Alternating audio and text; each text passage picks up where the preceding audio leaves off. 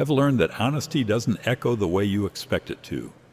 You speak it into the room, thinking it will clear the air, but instead, the air gets heavier. And suddenly, every sound, the scrape of a chair, the way someone swallows before speaking, feels like proof that you've changed the temperature of the entire space. It happened on an ordinary night. Steam curling up from a chipped teacup, the low hum of a fridge that's older than me. We'd been laughing about something silly, I don't even remember what, when he said it. A detail in his story that didn't line up. No one else seemed to notice. Or maybe they noticed and decided the noticing wasn't worth the trouble. But I saw it, and once you see, you can't unsee. The mirror in the hallway was fogged from the steam. I caught my own reflection, and for a moment it felt like looking at a stranger, someone with eyes a little too sharp for the comfort of this house. I tried to look away, but the longer I stared, the more I knew. This was the moment the room and I would never agree on what was real again. I said it gently, not to confront, just to clear the fog between us. He smiled, the kind that looks polite but tastes like a slammed door. The laughter didn't return after that. It just stopped. There's a strange quiet that comes after you've spoken the thing no one wanted to hear. Not the comfortable quiet of shared understanding, but the brittle quiet of a group that's deciding, without saying it, that you've crossed a line. I've sat in that quiet more times than I can count. Sometimes it's at a dinner table, sometimes in a text thread, sometimes in my own head. I wish I could tell you the truth always feels noble, that it crowns you with integrity. But more often, it crowns you with distance. You start counting how many more words you can spend before they run you out of the conversation. I remember once reading that people don't fear the truth, they fear losing the lies that keep them comfortable, and sometimes you become the face of that fear. It's a strange role to play, the one who makes things awkward, even though you didn't invent the tension, you just named it. That night, I stood in the kitchen long after everyone left, my tea gone cold, my reflection still clinging to the fogged mirror. I wiped a small circle with my sleeve. It didn't make the rest of the mirror clearer, just revealed enough to see my own tired eyes. The funny thing is, people think truth tellers are fearless. I'm not. Every time I speak up, my stomach knots. My voice feels too loud in my own ears. But something in me, maybe the part that refuses to sleep next to a lie, keeps pushing the words out. And here's the worst part. Once you've spoken the truth, you can't go back to before. Even if you try to swallow it later, it's already in the air, changing everything it touches. The house was quiet, except for the tick of the clock. I stared at the mirror until my reflection blurred again, the fog reclaiming the space I'd cleared. Maybe that's the real order of things. The fog always returns, no matter how many times you wipe it away. Still, I keep wiping. Sometimes I wonder if it's worth it. If keeping the air clear is worth the chill that follows. If knowing is worth the loneliness. I've heard people say, the truth will set you free. What they don't mention is that freedom often comes with a lock on the outside of the door, keeping everyone else away. I'm not sure they're wrong, but I know they're not telling the whole story. Because the truth did set me free. Free from the comfort of lies. Free from the warmth of pretending, but also free from the hands that used to reach for mine across the table. That night, I didn't turn on the lights as I walked to my room. I let the shadows stay. And maybe in a way, they let me stay too. I've stopped expecting the truth to make me closer to people. Now I just hope it keeps me closer to myself. It's not immediate. The distance arrives like a slow leak, not enough to flood the room, but enough to soak into everything you thought was solid. The first day after you speak the truth, things almost feel normal. Almost. But if you listen closely, you can hear it. The silence under every word. The new caution in every glance. 1. Social exile. No one kicks you out. No one blocks your number. It's worse than that. They just stop calling you in. One weekend, you notice the group chat is quieter than usual. Then you see photos posted from a night out you didn't know about. At first you think, maybe they forgot. But then it happens again and again. Soon, you're watching the life you used to belong to unfold through filtered squares and 15-second clips, where your absence is never mentioned, but somehow was the loudest thing in the frame. You scroll past with a little smile, like it doesn't matter. But the truth, it still stings. 2. Character rebranding. It starts in subtle jokes. Careful what you say around them, they'll call you out, said with a laugh, but the kind that makes you wonder if it's a warning disguised as humor. Soon, it's not jokes anymore. It's how people describe you. Too much. Always making drama. Negative vibes. The words stick, and you feel them changing the shape of your shadow in the eyes of others. You used to be the easy one, the good listener, the one people trusted with their mess. Okay, now they trust you less, not because you lied, but because you didn't. 3. Emotional isolation. The hardest part is watching the ones you tried to protect. Pull away. It's not anger. Anger would be easier, you could meet it head on. This is colder, quieter. Like they've decided that standing too close to you might make the truth stick to them too. They don't look you in the eye. They keep conversations small, safe. Once, one of them bumped into you at the store. You smiled. They waved quickly and kept walking, like they were afraid you'd bring it up again. You go home and sit with that the way protecting someone can still leave you abandoned. 4. Internal doubt. At night, you replay it. The tone you used. The exact moment you spoke. You wonder if you could have said it softer, or waited for a better time, or maybe not said it at all. You imagine an alternate version of the night, where you laughed along and let the fog stay over the mirror. Oh, would you still be welcome then? You hate that the question even lives in you, because you've always believed truth mattered more than comfort. But lying to yourself is starting to feel like a survival skill. 5. Loss of comfort. This is the cost no one talks about, the comfort of pretending gone. The easy smile that hides a wound. You can't wear it anymore. You can't unknow what you know. You can't unhear what you heard. It's like living in a house where you've discovered a crack in the foundation. Even when the paint is fresh and the rooms look fine, you feel the ground beneath you shift just a little. And you realize you're the only one who feels it. The mirror in the hallway still fogs every time the kettle boils. These days, I don't wipe it right away.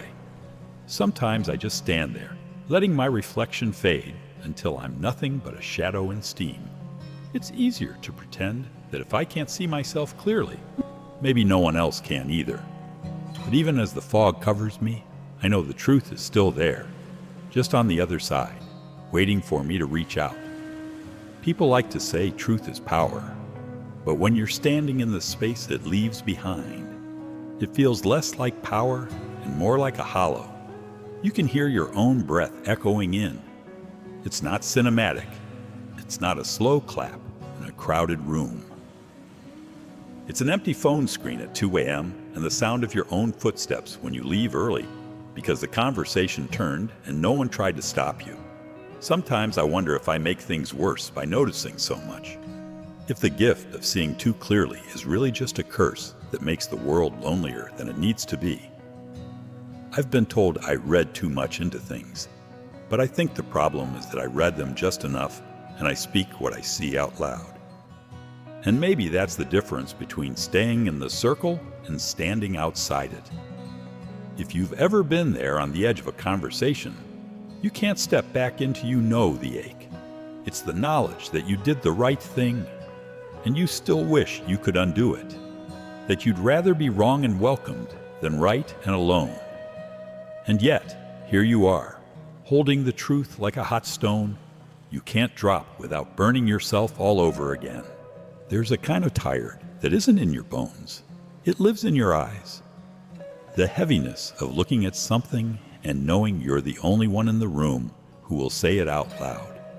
That kind of sight wears you down. Not because seeing is hard, but because the silence after speaking is harder. I read once that Schopenhauer said truth is like a mirror.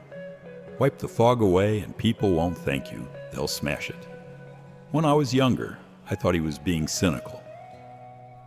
Now I think he was being merciful, because in my experience, they don't always smash the mirror. Sometimes they just turn it toward you, and you're left staring at yourself, holding the weight of what you've revealed, while everyone else walks away. I've seen it in boardrooms. You point out the numbers that don't match, and the air gets heavier. Emails that used to be warm become short, clipped. You're still in the loop, but only just. A new seat appears for you at the edge of the table. You can still see the center, but you know you're not in it anymore. I've seen it at family dinners. You mention the thing no one talks about, and forks pause mid-air. No one yells. No one storms out. They just change the subject, quickly, clumsily. Oh, and when the laughter returns, you notice there's an empty space where your voice used to be. I've seen it in friendships when you tell someone they're being treated badly, and instead of thanking you, they pull away. Not because you're wrong, but because you've named something they weren't ready to face. It's easier for them to distance themselves from you than from the lie they've been holding on to. The mirror in the hallway has become my silent witness. I pass it every day and it waits fogged over from the steam in the house, but patient. Sometimes I avoid it, as if not meeting my own eyes will let me stay softer, more likable. Other times I stop, breathe on the glass, and watch my reflection appear. It's a dangerous act, this looking, because every time I do, I see the person they think I am, sharp-edged, cold, too much, staring back at me. And still, I keep looking. Here's the twist I didn't expect. Truth doesn't just reveal what's wrong in the world. It reveals what's fragile in you. The part that still wants to be invited, still wants to be loved without conditions. The part that wonders if maybe, just maybe, it would be easier to let the fog stay. Lapse. Someone I barely knew thanked me for saying something everyone else had been avoiding. It was at a volunteer meeting, nothing dramatic, just a quiet acknowledgement of a problem. They caught me outside afterward, said, "I've been thinking that for months, but I didn't know how to bring it up." We laughed. It felt small and enormous, like proof that even if the mirror scares most people, there will always be someone who sees it and feels less alone. There's irony in all this, a humor so dry you almost choke on it. You can say something with the purest intentions and still become the villain in someone else's version of the story. I joked once to a friend, "Guess I'm in my villain era now." They laughed. Oh, I laughed. But under it, I wasn't feeling powerful. I was feeling like the main character in a story I didn't want to be in, one where truth is the plot twist that turns allies into strangers. Schopenhauer was right. The mirror isn't for comfort. It's not a warm light or a gentle reflection. It's sharp, it's cold, and it forces you to decide whether you'd rather keep the peace or keep yourself. The strange thing, even knowing the cost, I still do it. I still wipe the glass, still point to the crack in the wall, still say the words that make the room fall quiet. Not because I enjoy it, God, no, but because pretending not to see feels like erasing myself in slow motion. And I've already seen what happens when people do that. They dissolve. They become part of the fog. Sometimes, late at night, I imagine what it would be like to stop, to let the mirror fog completely over and never clear it again, to smile through every story, nod through every lie, and keep my invitations intact. But I know how that story ends. One day, I'd look in the mirror and find nothing looking back. So I keep breathing on the glass, even if no one else wants to see. Even if they call me difficult, even if it means walking home alone after another too quiet dinner, because the truth might cost me the room, but losing myself would cost me more, as I stopped expecting applause a long time ago. There's a strange kind of freedom in that, the kind that doesn't feel like running through an open field, but like quietly setting down a heavy bag you didn't realize you'd been carrying. For years, I thought telling the truth would make the right people pull me closer. Now I tell it knowing it might make them take a step back. And somehow, that's lighter than chasing their approval. These days, I save my truths for smaller rooms. A chipped mug between my hands at a kitchen table with one other person. A midnight call where the voice on the other end already knows my worst days. Sometimes it's just a voice memo to myself. It's not about hiding, it's about offering the mirror only to people who are ready to look. The rest of the truths, I keep. I write them in a worn notebook with soft corners, one no one will ever read. Not because I'm ashamed, but because I've learned the world doesn't always hold what you give it with care. Some truths are too tender to survive the air outside your chest. Some are meant to stay folded inside, like letters you never send but can't throw away. The mirror in the hallway feels different now. It used to be a test, a place where I braced myself for the reflection they'd painted of me. Cold, uncompromising, too much. Now it's more like a small sanctuary. I clear a patch of fog, not to see everything, just enough to meet my own eyes. And I tell that reflection, I see you. You're still here. I've started noticing the little ways I keep myself intact. 1, I tell the truth in smaller doses. Not to dilute it, but to protect it from people who only want to argue with it. Last week, a coworker made a comment that wasn't just off, it was wrong. I could have called it out in the group chat. Instead, I sent a quiet message to the one person who would actually listen. They thanked me. And for once, it didn't end in that heavy silence. 2, I let some silences stay silent. Not every falsehood needs my correction. At a family gathering, an uncle told a story I knew was missing half the truth. I stayed quiet, stirring the ice in my glass, and realized my silence wasn't agreement. It was a choice to keep my energy for something worth the burn.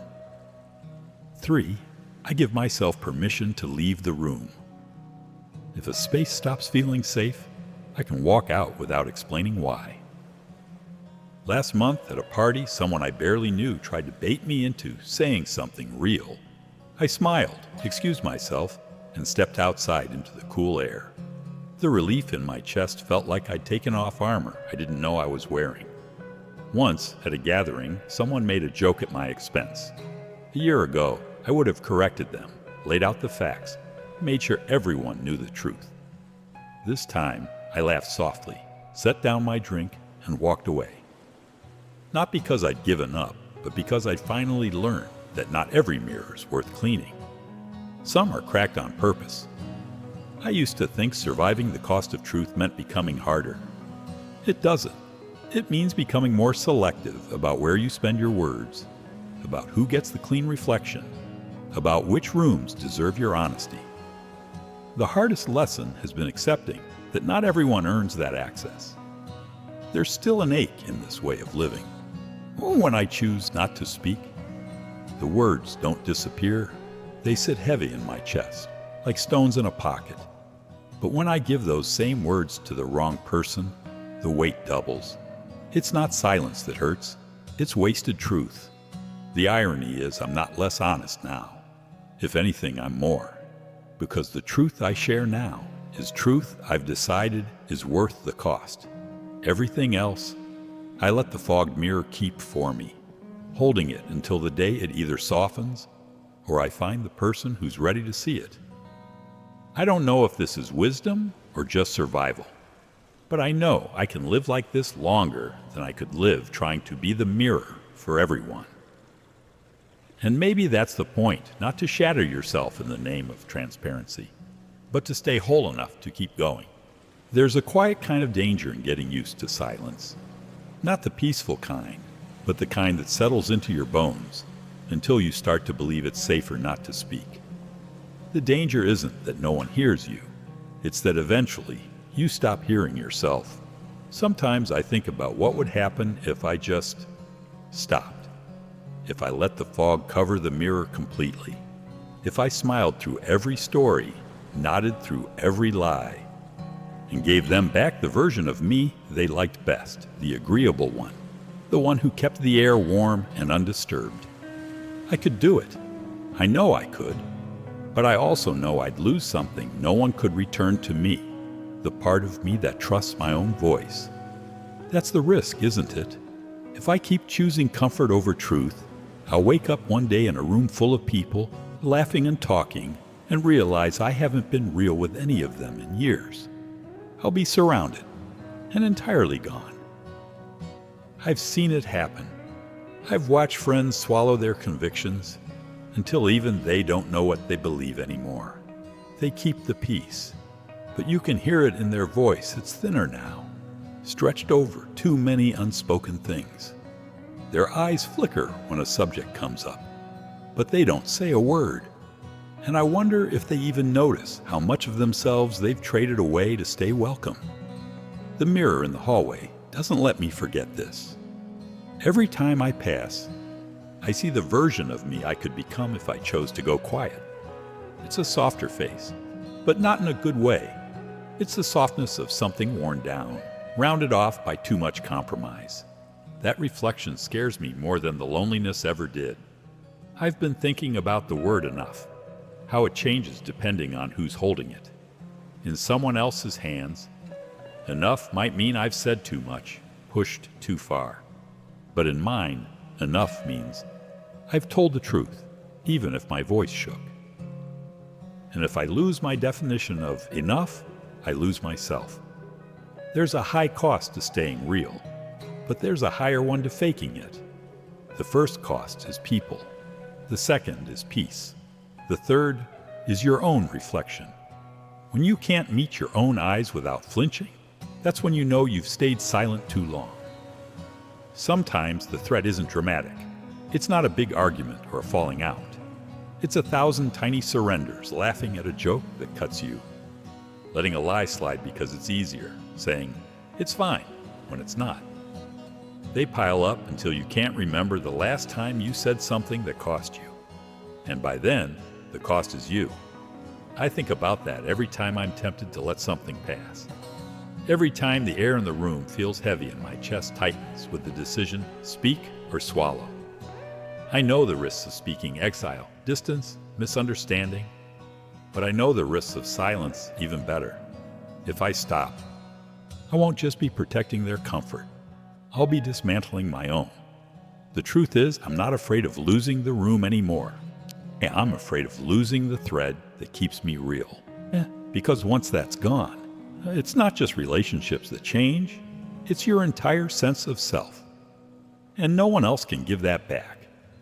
I've had people tell me, just let it go, it's not worth it. And maybe they're right sometimes, but they don't see the nights where I stand in front of that fogged mirror, wondering who I'd be if I'd swallowed one less truth. They don't see the relief that comes from clearing even a small circle in the glass, just enough to remember my own face. I don't want to become someone who lives without that relief. I don't want to be a person who's mastered the art of being liked, but forgotten the art of being whole. Because once you've forgotten that, you stop missing it. And that's the real danger. So I'll keep paying the price. I'll keep breathing on the glass. I'll keep choosing the risk of isolation over the certainty of disappearing. Because I can live without a room, but I can't live without myself. Tonight, the mirror's fogged again. The steam has settled into it like clouds holding their breath. For once, I don't rush to clear it. I stand there, letting the warmth wrap around me, feeling the quiet press against my skin. It doesn't feel like avoidance this time. It feels like patience. The house is still. There's a mug of tea cooling on the table behind me. The kind of quiet that used to ache now feels like a space I can stretch in. I realize I'm not bracing for anyone to walk in and catch me here. For the first time in a long time, I'm not worried about how I look in someone else's story. When I finally lift my hand, I clear a circle in the glass. Small, imperfect, the same way I've been telling the truth lately enough to see, not enough to overwhelm. My reflection appears, soft around the edges, and I don't flinch. I think, I know you. You're still here. I used to think surviving the cost of truth meant learning to fight better. It doesn't. It means learning when to lay your weapons down, not in defeat, but in trust that you don't have to perform to prove you're real. Some nights that trust feels fragile. Like if someone asked me the wrong question at the wrong time, I'd snap back into defense. But here, in front of this mirror, there's no one to convince, no one to protect, no one to lose. It's just me. And I've decided that's enough. I remember something a stranger once said to me in passing. You look like someone who's waiting for something that won't come back. At the time, I laughed it off. But tonight, I realize maybe I was. Waiting for the room to invite me back in. Waiting for the fog to lift for everyone else. Waiting for them to see me the way I see myself. I'm not waiting anymore. I've stopped looking at closed doors like they owe me an opening.